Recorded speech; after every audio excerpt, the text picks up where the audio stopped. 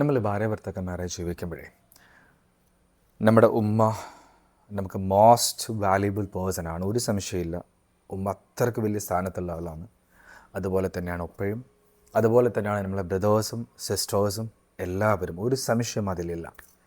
ഇനി ഇതിൽ ഭാര്യ ഭർത്താക്കന്മാർ മീൻസ് ദാമ്പത്യ ജീവിതമായി കണക്ട് ചെയ്യുമ്പോൾ എനിക്ക് പലപ്പോഴും വരുന്ന പല ആൾക്കാരും പറയുന്ന പ്രശ്നങ്ങളിൽ രണ്ടാൾക്കാർ പ്രശ്നക്കാരായിട്ട് വരാറുണ്ട്. അതിലൊന്ന് ഭർത്താവിൻ്റെ ഉമ്മയും രണ്ട് ഭർത്താവിൻ്റെ പെങ്ങളുമാണ് ഈ പ്രശ്നക്കാരായിട്ട് വരാറുള്ളത്. എൻ്റെ ഒരു കാര്യം, എങ്ങനെയാണ് ഭർത്താവിൻ്റെ പെങ്ങളും ഭർത്താവിൻ്റെ ഉമ്മയും നിങ്ങൾക്ക് പ്രശ്നക്കാരായിട്ട് വരുന്നത് എനിക്ക് മനസ്സിലാവുന്നില്ല.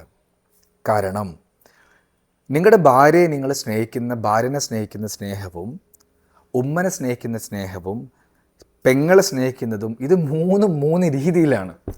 മനസ്സിലായി? ഒരിക്കലും നിങ്ങളുടെ ഭാര്യനെ സ്നേഹിക്കുന്ന പോലെ നിങ്ങളുടെ പെങ്ങളെ നിങ്ങളുടെ ഉമ്മയെ നിങ്ങൾക്ക് സ്നേഹിക്കാൻ പറ്റില്ല, കഴിയില്ല. അത് എൻ്റലി ഡിഫറെൻറ്റാണ്. എന്നാൽ ഉമ്മനെ സ്നേഹിക്കുന്ന രീതിയിലാണോ ഭാര്യനെ സ്നേഹിക്കുക? അല്ല, അത് വേറെ. എന്നാൽ പെങ്ങളെ പരിഗണിക്കുന്നത് അത് വേറെ. മൂന്ന് രീതിയിലാണ്. പിന്നെ എങ്ങനെയാണ് ഇവർ തമ്മിൽ ക്ലാഷ് വരുന്നത്? ഒരു റീസൺ, നിങ്ങളും ഭാര്യയും തമ്മിലുള്ള പേഴ്സണൽ കാര്യങ്ങളിൽ ഒരു കാരണവശാലും മൂന്നാമതൊരാളെ നിങ്ങൾ ഇടപെടുത്താൻ പാടില്ല. അത് നിങ്ങളുടെ പെങ്ങളാണെങ്കിലും നിങ്ങളുടെ ഉമ്മയാണെങ്കിലും ആരാണെങ്കിലും നിങ്ങൾ തമ്മിലുള്ള പേഴ്സണൽ കാര്യം ഇടപെടുത്താൻ പാടില്ല. മനസ്സിലായോ? സോ നിങ്ങൾ തമ്മിലൊരു സ്ഥലത്തേക്ക് പോകണം, അത് പോകേണ്ട തീരുമാനം നിങ്ങൾ രണ്ടുപേർ, അത് മൂന്നാമതൊരാളല്ല. മനസ്സിലായി? നിങ്ങളൊരു സാധനം പർച്ചേസ് ചെയ്യുന്നു, അത് നിങ്ങൾ രണ്ട് ആൾക്കാരാണ്, മൂന്നാമതൊരാൾ വരാൻ. ഇങ്ങനത്തെ ഒരുപാട് കാര്യങ്ങളുണ്ട്. അപ്പോൾ മൂന്നാമതൊരാൾ ഭാര്യയും ഭർത്താവും തമ്മിലുള്ള ജീവിതത്തിൽ ഇടപെടാൻ പാടില്ല. എന്നാൽ അതേസമയം ഉമ്മൻ്റെ ഉത്തരവാദിത്തം പെങ്ങളുടെ ഉത്തരവാദിത്തം പൂർണ്ണമായി നിങ്ങൾ പൂർത്തീകരിക്കാൻ അവർക്ക് വേണ്ടി സപ്പോർട്ട് ചെയ്ത് കൊടുക്കാൻ വേണം, ഒരു സംശയത്തിലില്ല.